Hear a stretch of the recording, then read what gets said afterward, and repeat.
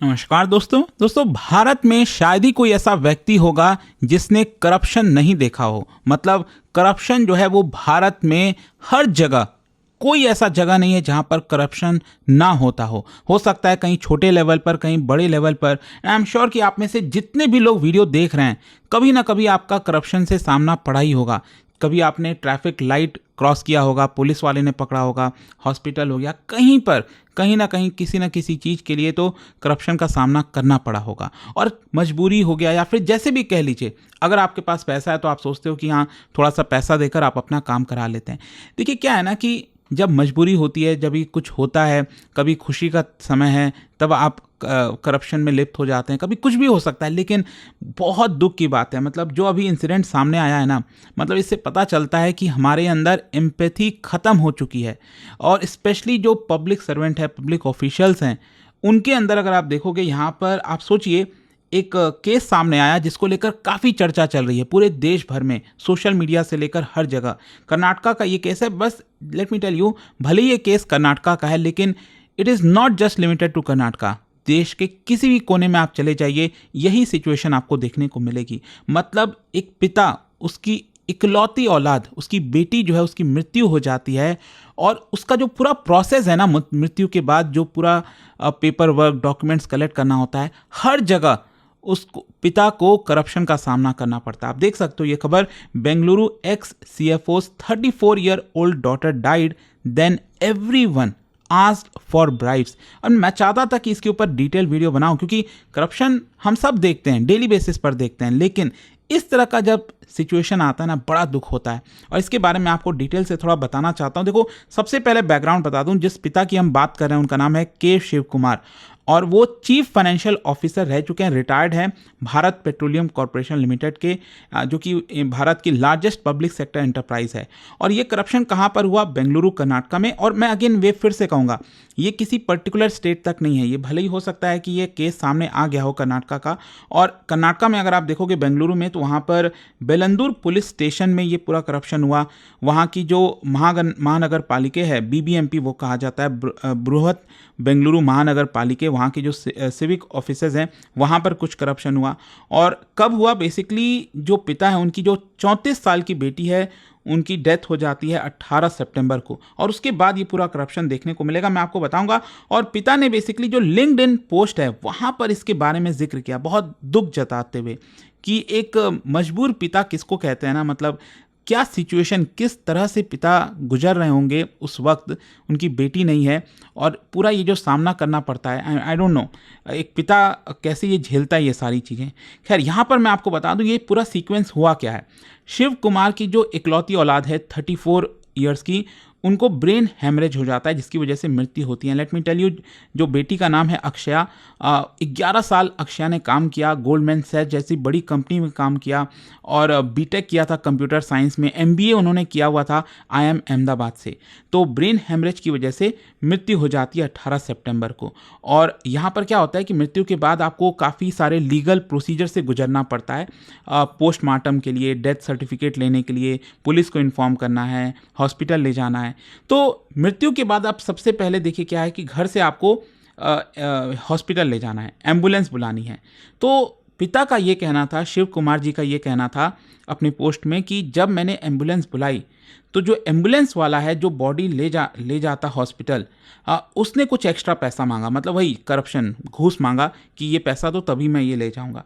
और पिता ने लगभग 3,000 रुपये उसको एक्स्ट्रा दिया। मतलब जो एक बेसिक ह्यूमन सर्विस है, मतलब आप सोचिए ना, डेड बॉडी को ले जाना है, ठीक है, हॉस्पिटल, उसके लिए यहाँ पर पिता को घूस देना पड़ा, 3,000 रुपये देने पड़े। अब देखिए क्या होता है, हॉस्पिटल में ले जाकर बेसिकली पोस्टमार्टम कराना होता है, और पोस्टमार्टम के लिए पहले इजाज़त लेनी होती है, FIR बेसिकली दर्ज कराना होता है पुलिस स्टेशन में, और FIR की कॉपी लेकर ले जाना होता है हॉस्पिटल, ताकि पोस्टमार्टम हो सके।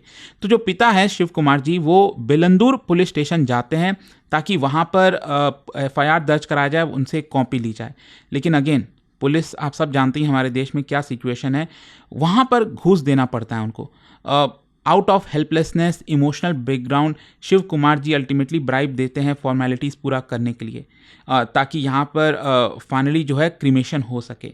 और क्रीमेशन के बाद यहाँ पर अल्टीमेटली जो मैंने आपको बताया पोस्टमार्टम, तो पोस्टमार्टम गवर्नमेंट हॉस्पिटल में कंप्लीट होना था, लेकिन पोस्टमार्टम के लिए भी जो पेपर वर्क और वहाँ पर कराने के लिए अगेन घूस देना पड़ा। आप सोचो, हर एक स्टेज पर, चाहे पुलिस स्टेशन है या फिर एम्बुलेंस वाला हो गया या फिर पोस्टमार्टम प्रोसेस हो गया, वहाँ पर उनको कराना पड़ा।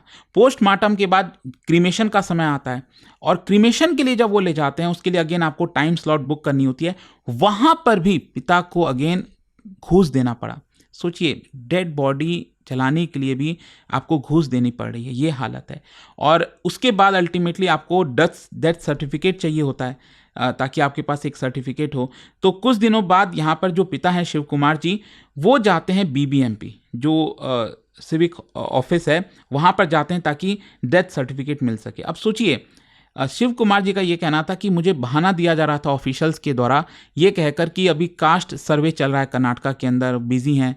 अब वो एक टैक्टिक होता है ना जानबूझकर बताने का। आई एम श्योर कि आप सबने कुछ ना कुछ किसी ना किसी चीज़ में फेस किया होगा कि यहाँ पर कोई ना कोई बहाना दे ही दिया जाता है ताकि साफ साफ बोल दिया जा सके। मतलब अल्टीमेटली कोई क्लियर तो बोलेगा नहीं, कई बार तो ऑफिशियल्स क्लियरली भी बोल देते हैं कि इतना घूस दो तब हम आपका काम करेंगे। कई ऐसे होते भी हैं जो एकदम सामने सामने बोल देते हैं। तो ये बहाने होते हैं ताकि आप अल्टीमेटली एक्स्ट्रा पैसा दो ताकि आपका काम निकल सके। मतलब आप समझिए, एक पिता की इकलौती औलाद जो बेटी है, उनकी मृत्यु होती है और पिता को पूरा प्रोसेस कराने में अलग अलग जगह 5 जगहों पर घूस देना पड़ता है। और इसी का जो पूरा स्टेटमेंट है, ये जितना भी कुछ हुआ, इसको लेकर शिव कुमार जी ने लिंक्डइन पर पोस्ट किया। आप देख सकते हो यहाँ पर कुछ इस तरह का पोस्ट किया गया और बताया गया कि यहाँ पर अल्टीमेटली उन्होंने इसको रिमूव भी कर दिया था कुछ इस तरह से। खैर, यहाँ पर आप देख सकते हो उन्होंने लिखा कि from ambulance to crematorium, from police to corporation, everyone asked for bribes, I paid everyone। और उन्होंने एक और बात कही, मेरे पास तो पैसा था, मैंने दे दिया, जो गरीब व्यक्ति है वो क्या करता, वो कहाँ से पैसे लाता, वो कैसे पे करता। तो ये जो पोस्ट है ना कहीं इमोशनली बहुत ज़्यादा टच किया है देश के हर एक व्यक्ति में। एंड थाउजेंड्स ऑफ पीपल जो हर रोज़ यहाँ पर करप्शन फेस करते हैं, अल्टीमेटली उन्होंने अपना भी एक्सपीरियंस अलग अलग जगह बताया और सोशल मीडिया पर पूरा ये वायरल हो गया। और अल्टीमेटली देखिए क्या होता है, हमारे देश में तभी एक्शन लिया जाता है जब चीज़ें वायरल हो जाती हैं। सोशल मीडिया का ज़माना है, पहले तो ये भी नहीं हो पाता था। तो यहाँ पर जैसे ये वायरल हुआ, तुरंत आप देख सकते हो फिर पुलिस हरकत में आती है। जो Whitefield deputy commissioner of police हैं, वो इंक्वायरी बैठाते हैं और तुरंत एक्शन भी लिया जाता है। बताया जा रहा है कि 2 पुलिस पर्सनल जो हैं, एक पुलिस इंस्पेक्टर और एक कांस्टेबल, बेलंदूर पुलिस स्टेशन के, उनको सस्पेंड कर दिया गया। आप देख सकते हैं यहाँ पर डीसीपी व्हाइटफील्ड बेंगलुरु, उनका ट्वीट आता है, in connection with the incident mentioned in Shiv Kumar tweet, एक पीएसआई और एक पुलिस कांस्टेबल को सस्पेंड किया जाता है इमीडिएट बेसिस पर। आप समझ रहे हो कि ऐसा हुआ तो ही ऐसा होगा। मतलब अगर ये वायरल नहीं हुआ होता पोस्ट, तो कहीं पर भी एक्शन नहीं लिया जाता। ये आप सब जानते ही होंगे। अच्छा, बीबीएमपी का क्या रिएक्शन आया? बीबीएमपी के जो चीफ कमिश्नर हैं, उन्होंने एक्नॉलेज किया कंप्लेन को और कहा कि इस तरह का जो बिहेवियर है वो अनएक्सेप्टेबल है।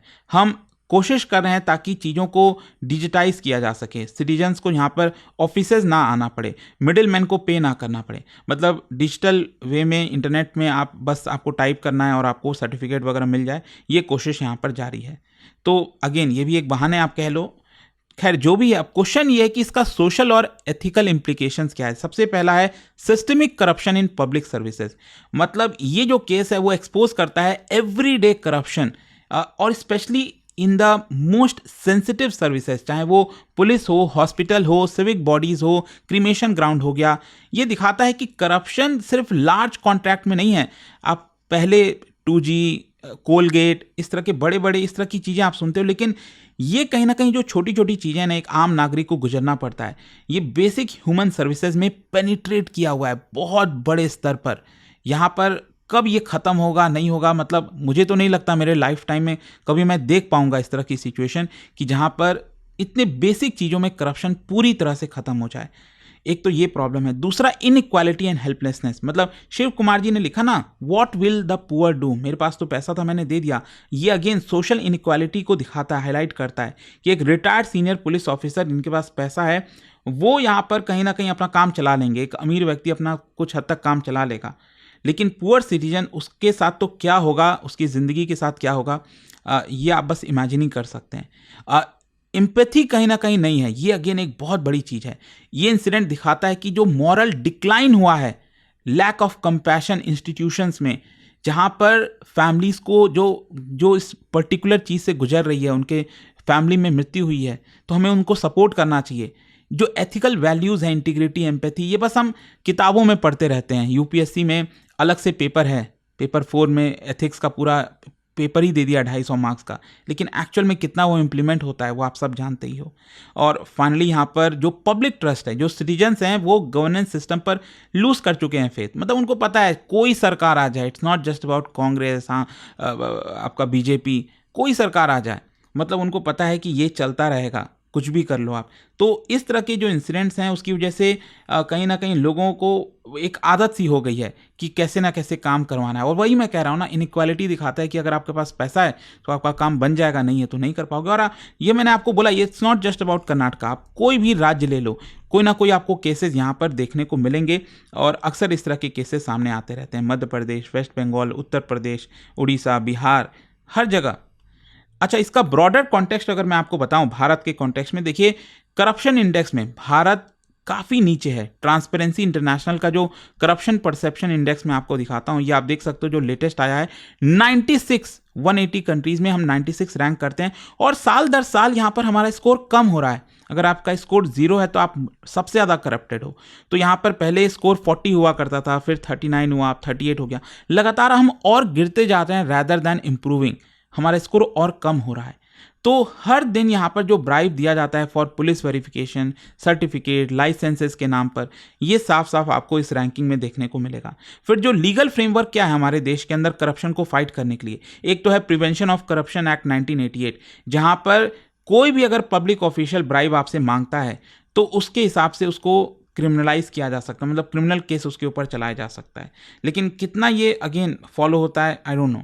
लोकपाल और लोकायुक्त एक्ट 2013 में, आपको याद है अन्ना हजारे आंदोलन के बाद बहुत चर्चा हुई लोकपाल। अभी तो रिसेंटली आप देख रहे हो ना, लोकपाल ने खुद ही यहाँ पर कितनी 7 BMW कार्स का टेंडर निकाला। लोकपाल क्या कौन से केसेस सॉल्व कर रहा है, नहीं कर रहा है, पता ही नहीं है।